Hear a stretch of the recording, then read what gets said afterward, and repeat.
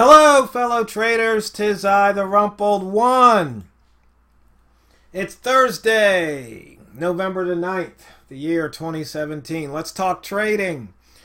I had a request. Somebody wanted me to discuss money and risk management and position sizing.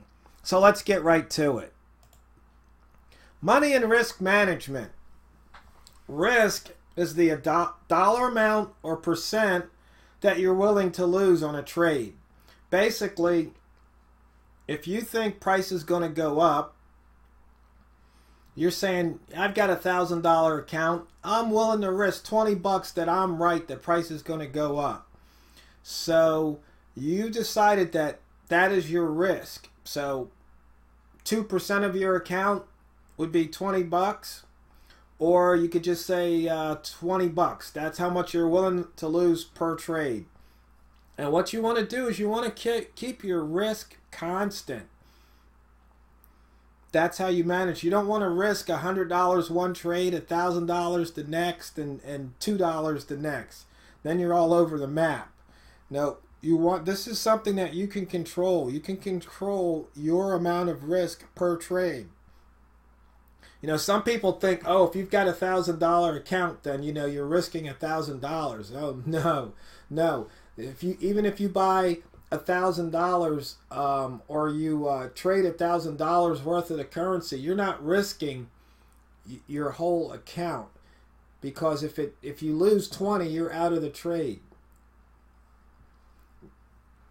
And so that is what risk is. It's the amount you're willing to lose. We have to define our terms. Now, position size. That's a function of risk and stop loss.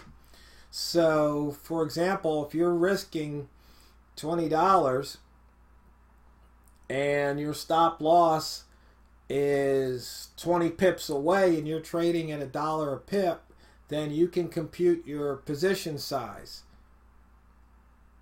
simply by dividing the stop loss into the risk. So are you trading a full lot, a mini lot, a micro lot? So I hope that explains it. And of course, we'll have to go right into an example. And what I have here is an indicator that I wrote, the position size calculator. And if we're willing to risk 20 bucks per pip, right now you can see the yen is dropping down. And things get a little crazy when it's right there. But you see right now we're going to go 1.74 lots at this level. But the stop loss is right here. So we would get knocked out of the trade just on a little spike. Maybe we should pick a different pair. Let's look at the dollar Canadian. Nope, same difference. Dollar franc.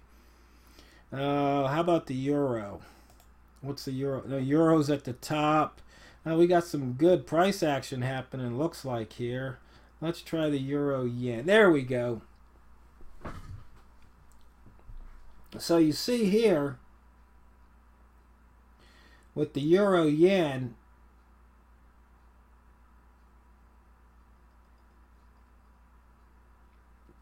we've got about 23 pips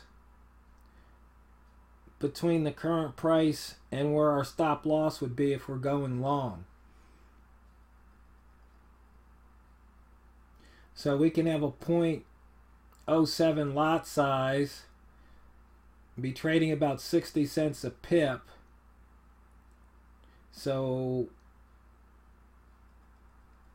you see here we've got over 30 pips of cushion.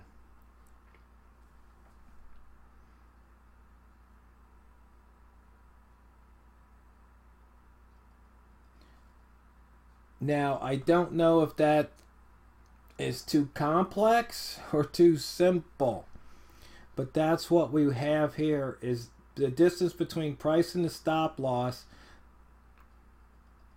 right there. That's our cushion, or some people, I think the mighty one likes to call it space. And so if price goes against us this distance, then we're going to lose are 20 bucks or 2%.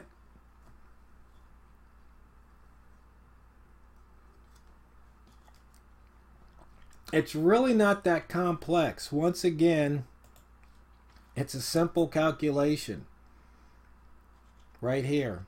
So 2% times your account, if you have $1,000 accounts, 20 bucks. That's your risk. Risk divided by stop loss.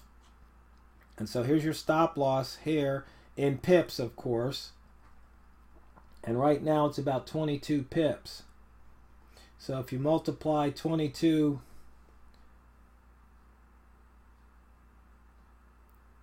pips times the dollar per pip, you can see we're right around that 20. No, actually, no, I'm sorry, it's 32 pips. So 83.51 is 32. So 32 times 0.66 and 21.12.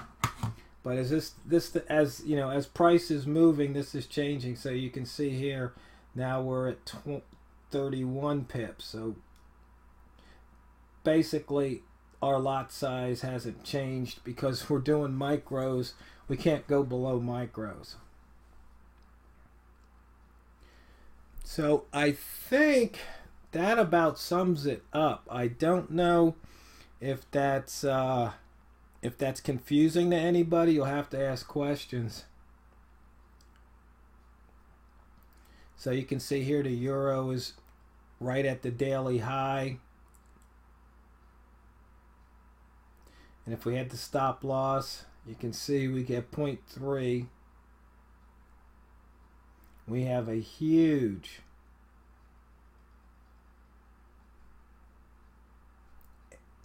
this would be a huge cushion. And so that's why the lot size is so small. Because once again, the position size or lot size is this function.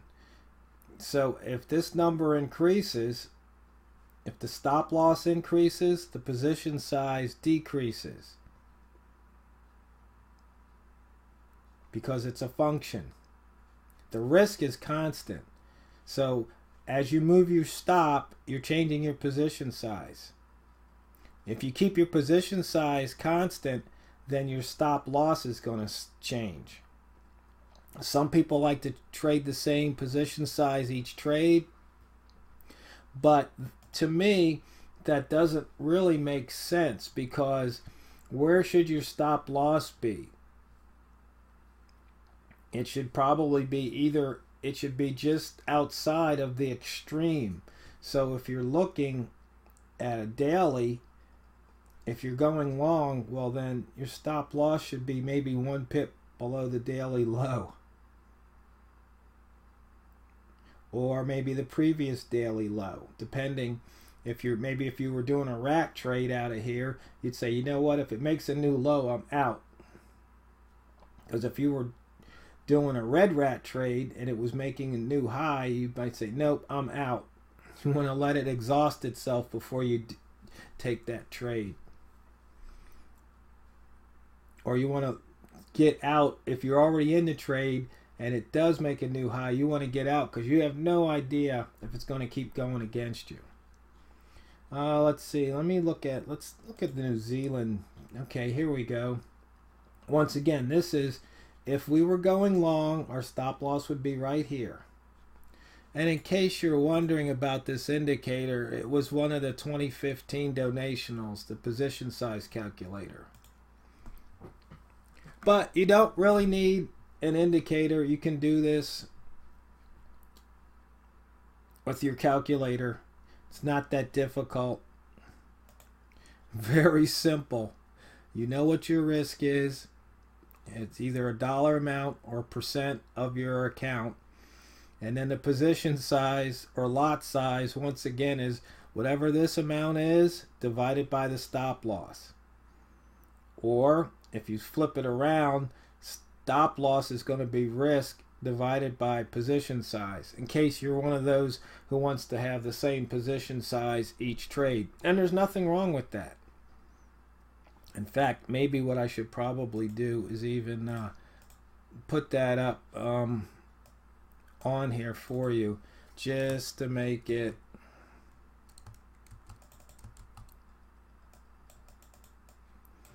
so you can see that. So we say stop loss,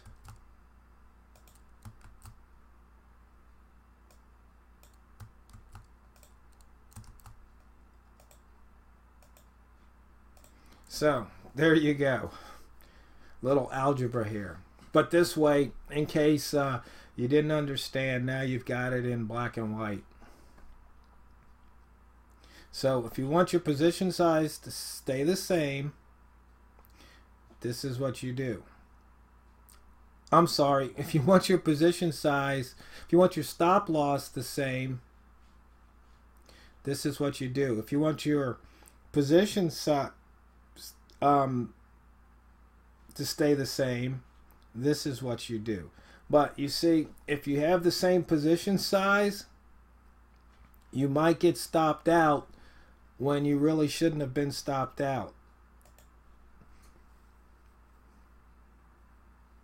So for example here, maybe if you set the stop loss at the previous day's low, and here's where it opened, even went there, but it did go back up, you wouldn't have busted out of the trade. Or maybe you might have used the previous day's midpoint. I mean, once again, you guys following my videos know how much I like the midpoint. So let's see, 0.6934, and the low was 0.6932. So you would have either exited at that place, or maybe you saw it bounce off of it. You could have gotten long here, and you'd have a nice little profit of about 29, 30 pips right now. Once again, that'd be hindsight, but if you know what you do at these different levels ahead of time, then you just go ahead and take that trade. You might have said, okay, let's see, did it test and hold? I don't know. Maybe we can look at, let's see, that was the 69.34.